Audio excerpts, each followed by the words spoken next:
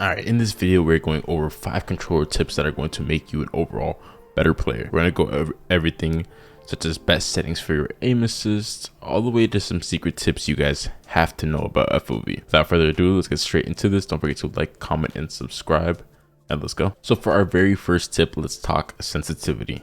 Now, I used to be the type of person that would fall for the ALC settings too, so don't feel bad. But if you really want to get the most out of your controller, aim-wise, then you're going to want to stick to regular settings. Now for me, that is 4.3. I believe that's also what Chaotic, the #1 pred, uses as well. A lot of players stick to low look sensitivity just because it really just helps you hone in on that aim assist. Now I'm not saying ALC settings are completely bad. ALC settings are for that 5% of controller players that really want to get into movement. I mean, you can literally fine tune everything. But with tuning ALC settings, you get a lot of stick drift and just really small things that really mess up your gameplay. So to be exact here, I play on 4 look sensitivity, 3 ADS, classic response curve, and look Deadzone small, aka linear. Now, in my personal opinion, as well as a lot of top preds, a lot of top master players, this is going to be the best settings to really just completely get the best out of your controller. But if you guys are using ALC settings and you're struggling with stick drift, it's going to be your Deadzone settings. So you're going to have to raise up your Deadzone if you have a lot of stick drift. I know a lot of players that you see, such as like Ecstasy, who is a demon on controller, by the way. Like, props to him. He has his Deadzone all the way set to like what, 1 or 3, and he doesn't get a lot of stick drift, but he still gets a little bit. But if you have stick drift, you're gonna want to tweak with this Deadzone little category here, and that should help it. Now, the two most important things that you really have to worry about in settings after you get down the 4.3 is your menu cursor speed and your vibration, and let me tell you why. In my personal opinion, having vibration off has helped me control recoil at least 10 times better. So if you guys are struggling to control recoil on your gun, turn off vibration and test it out for a couple of games. I promise you, you won't regret it. Now, as for menu cursor speed, whenever you're looting and you have to get a shield swap off, this is what's going to help you do it. As you're going through the crates, the menu cursor speed is what allows you to go up and down so quickly. And obviously, us as controller players, we can't move while we're looting death boxes. So in order for us to really get out there in gunfights, we need to shield swap very, very quickly. To do this, we have to memorize kind of what slot the shield swap is in, and then automatically hit A and then hope to get out of it in time. This is where menu cursor speed comes in. Now I have it at about a little over halfway, around the halfway mark. Not too fast, not too slow.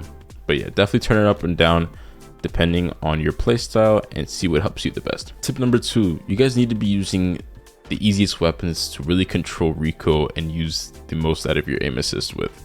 Now this is obviously going to be the R301 and basically just any SMG. R99, the car SMG, is an absolute demon on controller. I know you guys see a ton of people using it, so trust me, it's not just all talk. And then also the charge rifle. Now, in terms of any weapons that has really good tracking, allows you to have really good tracking, the charge rifle has to be probably the #1. A lot of people use this in higher ranked just so they don't have to go completely into a gunfight. And FYI, it's extremely annoying. I use it when people use it against me. It's also a really easy way to just get KP in ranked matches. I mean, you can probably shoot people around 500 meters away and still end up getting an assist or two. But everyone knows that the controller players' most confident realm is going to be SMGs, kind of that mid to close range area. That's where controller players are really going to excel. A lot of the clips in this video actually are very, very close range or medium range, and you see me one clip a lot of people. In terms of shooting, however, this gets me into tip number 3, which is move. And by this, I mean move while you aim. A lot of times I forget to do this, and I wonder why people kill me so easily. While you're shooting at someone and they're shooting back to you, do not stand still, please, for the love of God. I know that we have aim assist and that, you know, we get those beams, but people can get beams if you're standing still. It's just that much easier. You're going to want to strafe either to the left or to the right. You can jump, you can crouch, just don't stay still. In terms of strafing, don't go just back and forth, back and forth, back and forth. Usually that doesn't really work. If you're going to strafe, choose one side and kind of just go straight with it.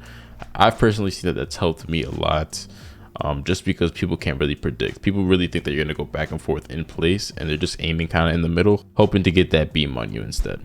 So just please, please, please don't forget to strafe, move around while you aim, and then also reposition yourself as well. Speaking of repositioning, this leads me on to the 4th tip, probably the most important one, especially if you're on controller. It's going to be positioning. As controller players, I'm sure some of us aren't movement gods, myself included. I suck at movement. The only thing I really know how to do is tap strafe, and I barely do that. So against really cracked MNK players, we need every single type of upper hand that we have, and this includes positioning. Since our strong suit is aim against mouse and keyboard players, we need to get in the best position possible to get early beams on them before they can, tap strafe, super glide, and just completely run circles around us. Before you shoot at someone, ask yourself if you're in a good position to fight back. Do you have cover next to you? Do you have a way to escape if things get bad? Just make sure you're aware of your position and aware of the position that your opponent is in as well. Because say you have a good shot on your opponent, but they're easily able to run into a building or behind some type of cover and easily escape, then we pretty much just wasted a good opportunity, especially if they don't know that you're there and you're able to get a quick beam from another spot. In regards to this, I mentioned this in probably a whole bunch of my videos. You always want to get some type of high ground. High ground in every single case is probably the best thing on the map, especially on Kings Canyon. Like we said, there are very, very bad low grounds and very, very, very good high grounds. You're going to want to be on the high ground side of things. All right, now my last and most important tip is in regards to FOV. Now, I know a lot of different players play it on different types of screens. For me, example, I play right in front of a monitor. I'm very close to my monitor. I mean, not extremely close where my face is stuck into it, but you know what I mean. I'm sitting probably a couple feet away from it. I know some of you guys are more casual players and you guys play on your TV, and that's completely okay. In that case, though, you're going to want to take a look at your FOV. A lot of pro players do not play at 110. They don't play maxed out.